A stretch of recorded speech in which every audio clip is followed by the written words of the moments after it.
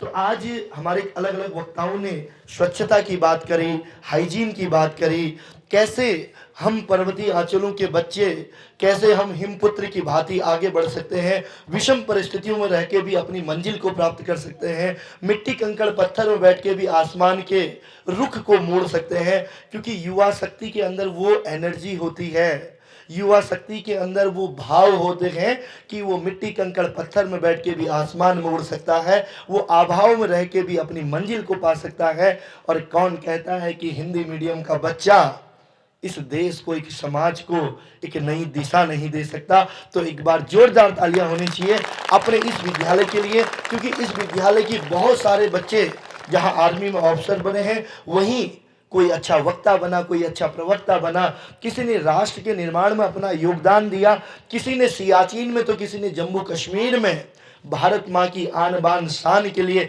अपने आप को बलिदान किया। लेकिन आज एक और आवश्यकता है जो देवभूमि या मातृभूमि आप बच्चों से मांगती है, वो बलिदान नहीं चाहती। उसके लिए तो बॉर्डर में, सियाचिन में खड़े हमारे देश के जांबाज, किसी का पुत्र, किसी का भाई, किसी का पिता, बहुत सारे बच्चे होंगे ना किनका कोई न कोई आर्मी में है। एक बार हाथ खड़ा करिए जिनके चचा ताऊ पापा परिवार के दादा लोग गांव के कोई हैं आर्मी में, जिनके परिवार के हैं पुलिस में, आर्मी में, बीएसएफ में, एक बार हाथ खड़ा कीजिए। है, बहुत सारों के होंगे।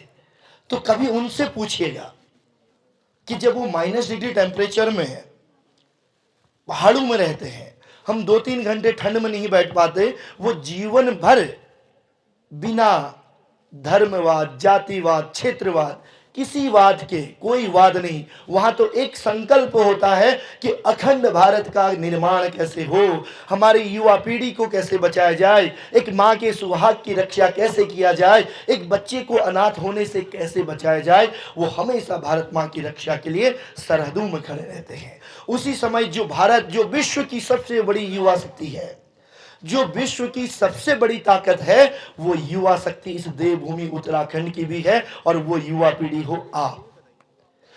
एक आतंकवादियों को तो फौज में खड़ा फौजी गोली से मारता है, देश की रक्षा करता है, लेकिन आज इस सोमेश्वर घाटी में, इस जनपद बागेश्वर में, इस जनपद अल्मोड़ा में और देवभूमि उत्तराखंड में आतंक का एक हथियार भी घुस चुका है। बेटा, हमें उससे भी लड़ने की जरूरत है, और वो आतंक का हथियार अदृश्य रूप से हम सबों के घरों में जा चुका है।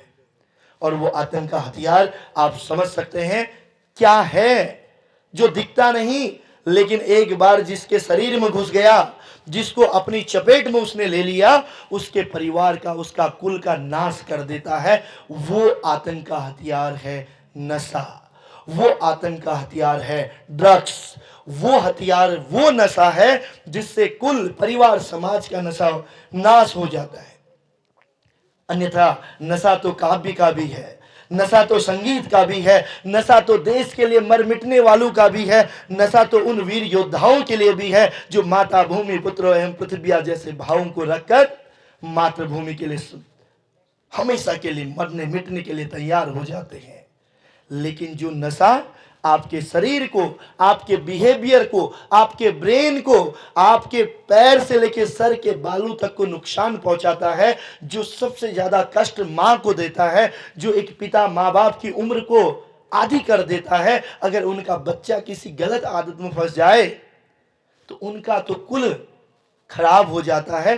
तो उस आतंक के हथियार से लड़ने के लिए इस मनसाली नाला चौड़ा के इस विद्यालय के बच्चों की एक आह्वान की शक्ति को मैं आह्वानित करता हूं कि हम सब संकल्प लें कि कैसा ही माहौल हो, कैसे ही लोग हो, कैसा ही परिवार का माहौल हो, आने वाली युवा पीढ़ी को बचाने के लिए हम संकल्प लेते हैं कि हम जीवन में कभी व्यसन नहीं करेंगे। और आज जो आतंकवादियों को सबसे ज्यादा फंडिंग इस नशे से हो रही है, इस नशे के आतंकवाद को भी नष्ट करने के लिए हम भैया बहन आह्वान के साथ प्रतिज्ञा करेंगे कि नशे को ना, जिंदगी को हाँ। कि डॉक्टर, आईएएस, पीसीएस बनो ना बनो, सेना में ऑफिसर बनो न बनो, सबसे पहले नेक इंसान बनिए, क्योंकि इस भारतवर्ष को नेक इंसान की जरूरत है। जहां नेक इंसान बन जाएंगे वहां आप डॉक्टर, आईएएस, पीसीएस भी बन जाएंगे। तो अपनी वाणी को विराम देते हुए केवल इतना कहूंगा कि हो गई है पीर पर्वत सी पिघलनी चाहिए,